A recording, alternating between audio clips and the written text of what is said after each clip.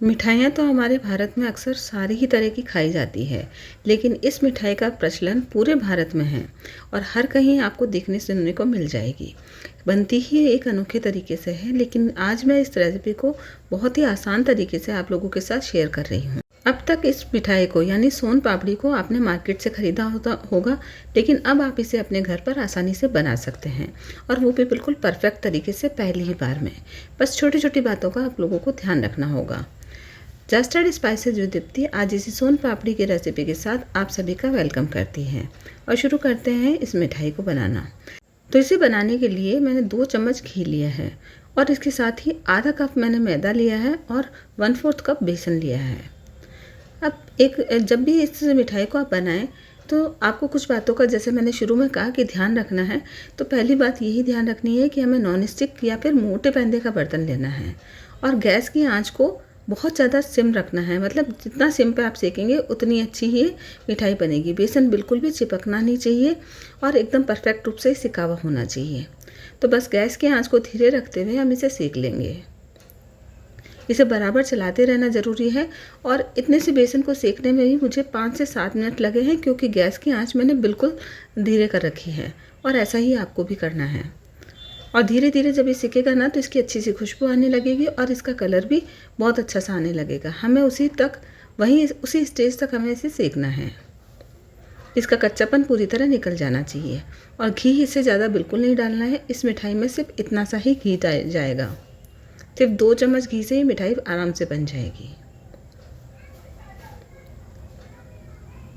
तो बस इसे बराबर चलाते रहेंगे और धीरे धीरे जैसे जैसे चलाएंगे वैसे वैसे इसमें खुशबू भी आएगी बेसन और मैदे की भुनने की, और ये अपने आप ही अलग अलग सा हो जाएगा, बिल्कुल ऐसे दानेदार से दिखने लगेगा।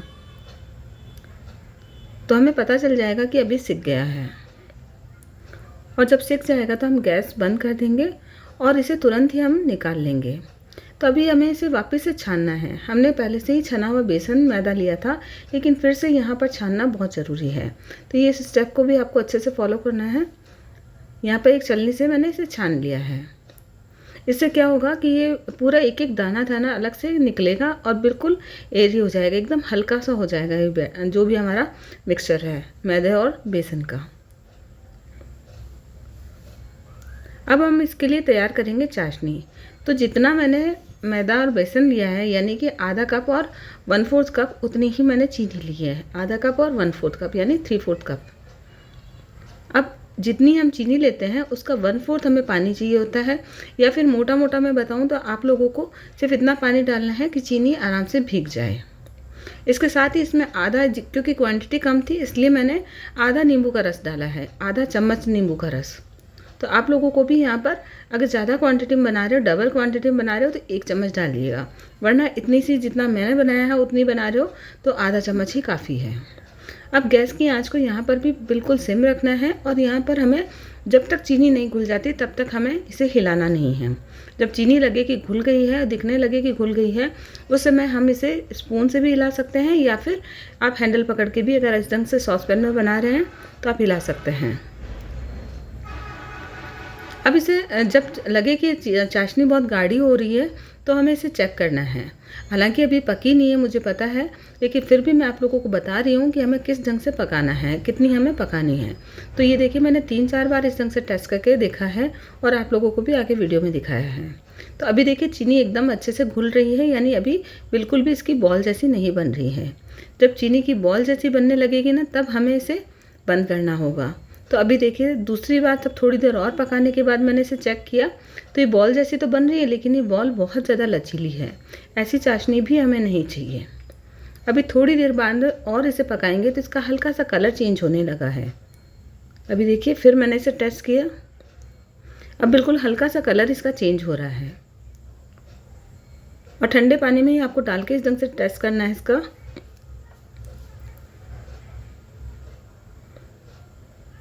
और जब ये बॉल जैसी बन जाए और इसमें से आवाज़ आने लगे तो इसका मतलब ये पक गई है। अभी देखिए इसके अंदर भी अभी थोड़ी अभी चाशनी में कसर बाकी है। अभी जब मैंने इसे प्लेट पे फेंका तो आवाज़ तो आ रही है, लेकिन इस बॉल में अभी भी खिंचाव है। ये खिंचाव नहीं होना चाहिए, बिल्कुल सॉलिड हमारी बॉल बननी चाहिए, जैसे कोई पत्थर या कंकर होता है, बिल्कुल वैसी ही आवाज़ आनी चाहिए। इतनी सॉलिड हो जानी चाहिए ये। तो अभी थोड़ी सी देर और पकाया है और ये काम कुछ सेकंड में ही हो जाता है। जब हम बार बार इसे चेक कर रहे होते हैं, चाशनी एक बार पक जाती है तो बहुत जल्दी ही अपना कलर भी लेने लगती है। तो बहुत ज़्यादा इसे ज़रूरत से ज़्यादा पका देंगे तो इसमें कड़वाहट आ जाएगी। तो ये भी ध्यान रखना है कि इसमें कड़वाहट नहीं आनी चाहिए। हल्का सा जब सुनहरा कलर आने लगे तब ज़रूर आप इसे चेक कीजिएगा। और देखिए एकदम से बॉल बन रही है और इसकी अब ये टूट भी नहीं रही है और ना ही इसमें कोई खिंचाव है। और जब आप किसी प्लेट पे से ऊपर से फेंकेंगे तो इस पर पत्थर की तरह आवाज़ आएगी। बस इसी स्टेज तक हमें इसे पकाना है और तुरंत ही हम इसे बंद कर देंगे। अभी इसे थोड़ी सी देर के लिए हम इसी पैन में रहने देंगे और तब तक हम एक छोटी सी तैयारी और करते हैं। अब यहाँ पर आपको नॉन स्टिक बर्तन ही लेना है, जो अभी आजकल सबके घरों में होता ही है। बट फिर भी अगर किसी के घर में ना हो या फिर नहीं वो यूज़ कर पा रहा हो तो फिर आप किसी थाली कटोरी में भी बना सकते, थाली बड़ी चौड़े बर्तन में भी आप ये काम कर सकते हैं। यानी आपको बहुत अच्छे से ग्रीस करके घी से ग्रीस करना है और बहुत अच्छी मोटी लेयर में करना है। जैसे मैंने इसमें आधा चम्मच के जितना घी लगाया होगा चारों तरफ और इस पैन को मैंने अच्छे से ग्रीस कर लिया है। अब जो हमारा सिरप था वो मैंने इसमें डाल दिया है। ऐसा इसलिए किया है ताकि चाशनी चिपके ना नीचे पैंदे पर। अगर हम ऐसा नहीं करेंगे तो वो चिपक जाएगी। अब हमें इसको ऐसे ही नहीं छोड़ना है, इसे ठंडा करना है और वो भी हमें ही ठंडा करना है, क्योंकि अगर हमने इसे छोड़ दिया तो ये जम जाएगी। हमें पूरी तरह जमानी नहीं है, इसके अंदर लचीलापन भी रहना चाहिए और किस स्टेज तक किस ढंग से काम करना है वो भी आगे वीडियो में आप देखते रहिए। तो मैंने अभी बहुत ज़्यादा गर्म है इसलिए स्पैचुला से ही इसे कर रही हूँ। इसे बराबर हिलाते रहेंगे। तो अभी बहुत ज़्यादा लिक्विड ही आपको दिख रही है, लेकिन कुछ ही सेकंड के अंदर ये अपनी शेप लेने लगेगी। थोड़ी थोड़ी सी जमने लगी है और अभी भी ये गीली है, लेकिन हमें इसी तरह इसको जमाना है। बस इसी ढंग से इकट्ठा करते जाएंगे, पलटते जाएंगे इसे, तो बस ये अपनी एक सॉलिड शेप में आती जाएगी। इसी बीच मैं आप लोगों को याद दिलाना चाहूँगी कि अगर आप लोगों को मेरी रेसिपी अच्छी लग रही हो तो इसे लाइक शेयर कीजिएगा और मेरे चैनल को just add spices with Deepti को ज़रूर से विजिट भी कीजिएगा और मेरे चैनल को ज़रूर से सब्सक्राइब कीजिएगा अगर आप लोगों ने अभी तक सब्सक्राइब नहीं किया है तो। अब देखिए अभी ये काफ़ी हद तक जम गई है, लेकिन अभी भी उस स्टेज तक नहीं आई है कि हम इसे छू सकें और अभी इसमें लचीलापन भी काफ़ी ज़्यादा है। तो अभी हमें इसे स्पैचुला से ही ठंडा करना है, क्योंकि अभी ये बहुत ज़्यादा इसका टेम्परेचर हाई है और हम इसे छू नहीं सकते। और लेकिन आपको इसको छोड़ना बिल्कुल भी नहीं है, बराबर इसी ढंग से ही आपको काम करना है, क्योंकि अगर आपने ये 2 से 3 मिनट की ही प्रोसेस है। जब ये ठंडी हो जाएगी और हमें इसकी जितनी गर्म चाहिए उसी में ही हमें काम करना होगा। तो आपको इसको बस कंटिन्यू हिलाते रहना है इस ढंग से।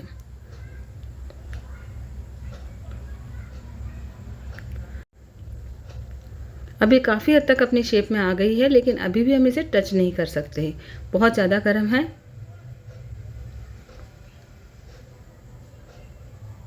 और जब लगे कि हम इसे छू सकते हैं तो अब हमें इसे हाथ में ले लेना है। ये देखिए हाथ में लेने के बाद भी अभी काफ़ी ज़्यादा गर्म है। अब हमें इसे खींचना है और फिर वापस फोल्ड करना है और कम से कम इस प्रोसेस को 15 से 20 बार करना है। और दूसरी बात, अभी आप इसका कलर देखिए कितना ज़्यादा डार्क है, लेकिन जैसे ही हम इसे खींचेंगे ना इसमें बहुत ज़्यादा शाइन भी आएगी और इसके अलावा इसका कलर भी बहुत ज़्यादा लाइट हो जाएगा।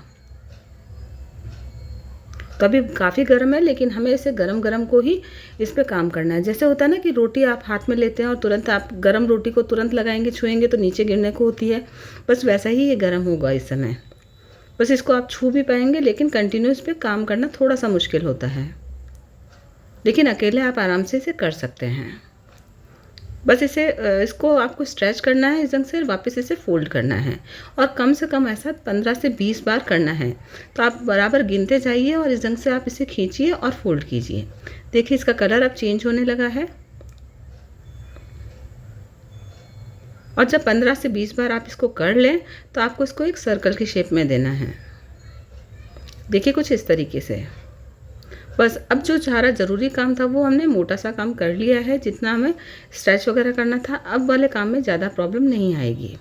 अब क्या करना है, जिस थाली में या परात में हमने बेसन और मैदे का मिक्सचर रखा हुआ है उसमें हमें इस सर्कल को रखना है और इसे चारों तरफ से इसे मैदे से हमें डस्ट करना है। आप वीडियो में देख सकते हैं। और फिर हमें 8 की शेप बराबर बनाती रहना है और उसे उलट कर उसी के ऊपर डाल देना है। देखिए जैसा वीडियो में मैं दिखा रही हूँ। और अपने आप ही इसमें आप देखेंगे कि एक एक रेशा खुलता हुआ नज़र आएगा आपको। और 7-8 बार करेंगे जब तक, तो काफ़ी ज़्यादा इसमें सारे रेशे आपको नज़र आने लगेंगे और अपने आप ही स्ट्रेच होता जाएगा। बस एक और बात का आपको यहाँ ध्यान रखना है कि इसको किसी भी सूरत में टूटने नहीं देना है। यानी जब ये सर्कल बनते जाएंगे, ये आप बस इस पर ये जो मैदे और बेसन का जो मिक्सचर है उसे ऊपर लगाते जाइए। ये अपना आप हर तरफ से स्ट्रेच होता जाएगा और इसे फैलाते जाइए और बस लगाते जाइए। जितना इसे एब्जॉर्ब करना है ये कर लेगा। और देखिए रेशे अपने आप आपको दिखेंगे, एकदम जैसे बाल के एक एक खिला हुआ दिखता है ना, वैसे ही आपको दिखेंगे, या फिर फीनी वगैरह में होती है, बिल्कुल वैसे दिखाई देंगे। बस ये, और ये स्ट्रेच भी अपने आप होता जाएगा। इस ढंग से आपका पूरा बेसन इसमें लिपट जाएगा। बीच में मैंने इसमें इलायची भी डाली थी, तो आप ज़रूर से शुरू में भी डाल सकते हैं इलायची। अब आपको कोई भी शेप ले लेनी है। मैंने यहाँ कांच की छोटी सी कटोरी ली है, आप किसी भी शेप में इसे बना सकते हैं।